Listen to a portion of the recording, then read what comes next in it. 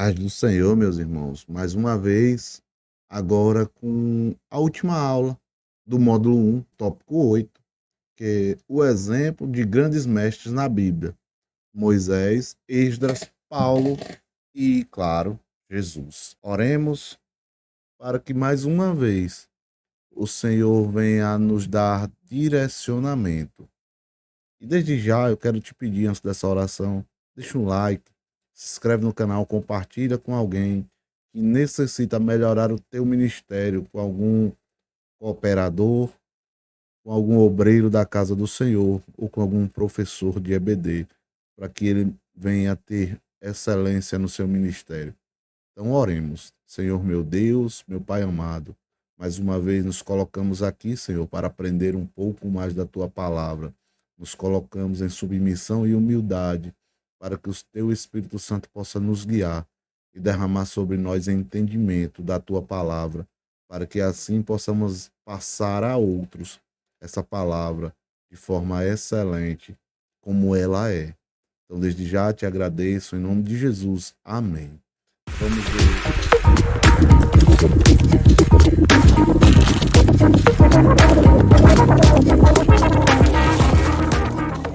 A Bíblia Sagrada, ela não é apenas o nosso livro-texto, é também o nosso maior manual de metodologia de ensino. Nas páginas das Escrituras encontramos retratos vívidos de mestres que, sob a unção do Espírito Santo, moldaram o povo de Deus. Moisés, Esdras, Paulo e o próprio Jesus Cristo, entre vários outros, né? Mas esses, vamos falar desses. Eles nos legaram um rico patrimônio pedagógico. Estudar suas vidas e métodos não é um exercício de mera admiração histórica, mas uma forma essencial de aprendizado ministerial, onde descobrimos princípios eternos que devem informar e inspirar nossa prática docente. Hoje, hoje, né? Nossa prática docente hoje. Então, o primeiro subtópico é Moisés, o mestre que cuidou como um pastor.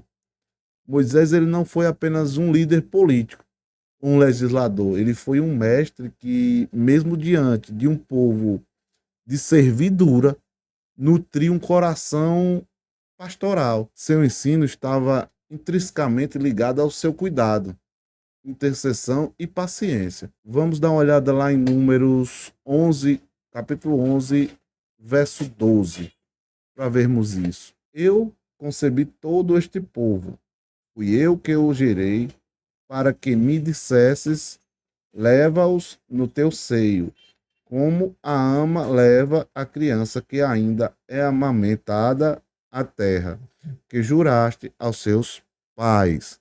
O ensino eficaz, ele flui de um coração que se importa. A relação professor-aluno deve ser marcada pelo cuidado pastoral e pela paciência, reproduzindo a verdade no contexto da vida cotidiana. O subtópico 2, que vai falar um pouco sobre Esdras, o médico que uniu a fé e o estudo. Esdras, ele é um modelo do mestre erudito e consagrado. Sua autoridade, ela não vinha apenas do seu cargo, mas de sua devoção em estudar, praticar e ensinar a lei de Deus com precisão e fidelidade. Vamos ver lá em Esdras, capítulo 7, verso 10. Porque Esdras havia preparado o seu coração para buscar a lei do Senhor e para executá-la e para ensinar em Israel estatutos e juízos.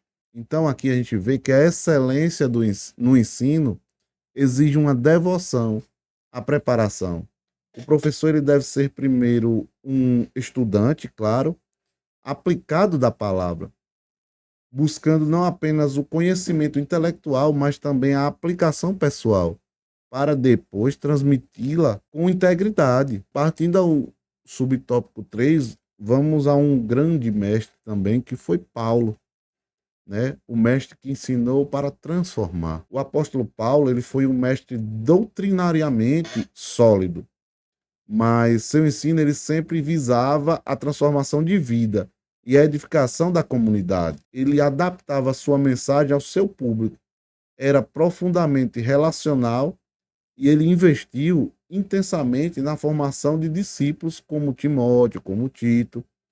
Vamos ver lá em 1 Coríntios capítulo 9, verso 22. Aos fracos tornei-me como fraco, para que eu pudesse ganhar os fracos.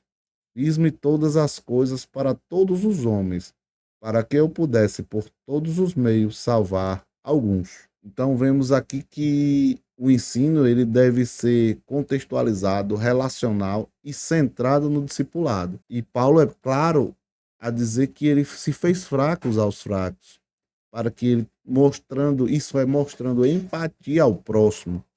Como eu falei, o estudo tem que ser relacional e centrado no discipulado. E tudo isso que ele fez foi para salvar alguns. Entendamos que não salvaremos todos, mas alguns, aqueles poucos que forem salvos, já é o suficiente, já fizemos um bom trabalho. O alvo não é informar, mas formar discípulos maduros em Cristo, o que exige investimento pessoal e esforço sincero. Porque se não fizermos esse discipulado para formarmos discípulos maduros, vamos ter meninos na fé. Quando vemos pessoas se desviarem do evangelho, pessoas dar mau testemunho do evangelho, fazendo coisas de forma equivocada e errada, eu acredito muito que foi por conta de muitos desses, nem todos, claro, alguns têm a disposição ao errado, não independente do ambiente que ele esteja, porém alguns foi falta desse discipulado intencional e pessoal. Então, vamos ser mais intencionais e mais pessoais com os nossos irmãos, discipulá-los de perto. E agora vamos ao subtópico 4. É o mestre por excelência, que é Jesus Cristo. Jesus, ele é o mestre dos mestres. Ele empregou uma pedagogia divina e profundamente humana. Ele uniu as duas. Ele era o conteúdo vivo de seu ensino. Suas metodologias eram variadas e poderosas. Usava perguntas, parábolas, o cotidiano, o diálogo e, acima de tudo, o seu próprio exemplo. Vamos ver lá em Mateus capítulo 7, verso 28 e 29. E aconteceu que, concluindo Jesus este discurso, as pessoas se admiraram da sua doutrina. Verso 29. Pois ele os ensinava como quem tinha autoridade e não como os escribas. Aqui a gente vê que a autoridade do ensino ela vem da união entre a verdade proclamada e a vida exemplificada. O mestre eficaz ele usa uma variedade de métodos para engajar diferentes aprendizes e centra seu ensino no fazer discípulos, não apenas em ouvintes. Nesse momento eu quero dizer, adote o coração de Moisés, ore pelos seus alunos nominalmente, intercedendo por suas lutas específicas. Mostre-se acessível e demonstre cuidado genuíno por suas vidas, além da sala de aula. Siga a disciplina de Esdras. Reserve um tempo específico e inegociável em sua semana para o estudo profundo da Bíblia, não apenas para preparar a lição, mas para o seu próprio crescimento e aplicação pessoal. Emule a estratégia de Paulo. Conheça seu público, adapte sua linguagem e exemplos para conectar a verdade bíblica à realidade dos seus alunos. Invista em alguns alunos de forma mais pessoal, discipulando-os. Espelhe-se em Jesus. Seja o exemplo vivo da lição. Use perguntas para provocar a reflexão. Empregue histórias e ilustrações, parábolas modernas, claro, e crie um ambiente de diálogo onde os alunos se sintam seguros para interagir. E uma citação de Lawrence Richards, vai dizer que, vai falar sobre Paulo, ele fala que Paulo não estava simplesmente interessado em comunicar conteúdo, ele estava empenhado em nutrir pessoas, e seu ensino era orientado para as relações dentro do corpo de Cristo. Então, o nosso ensino, ele adquire autoridade quando refletimos Cristo. Esses gigantes da fé que falamos aqui um pouco, eles não são figuras inatingíveis, mas exemplos dados por Deus para nosso ensino e inspiração. Eles demonstram que, embora os contextos mudem, os princípios de um ensino poderoso permanecem: integridade, estudo e amor, adaptabilidade e a centralidade de Cristo.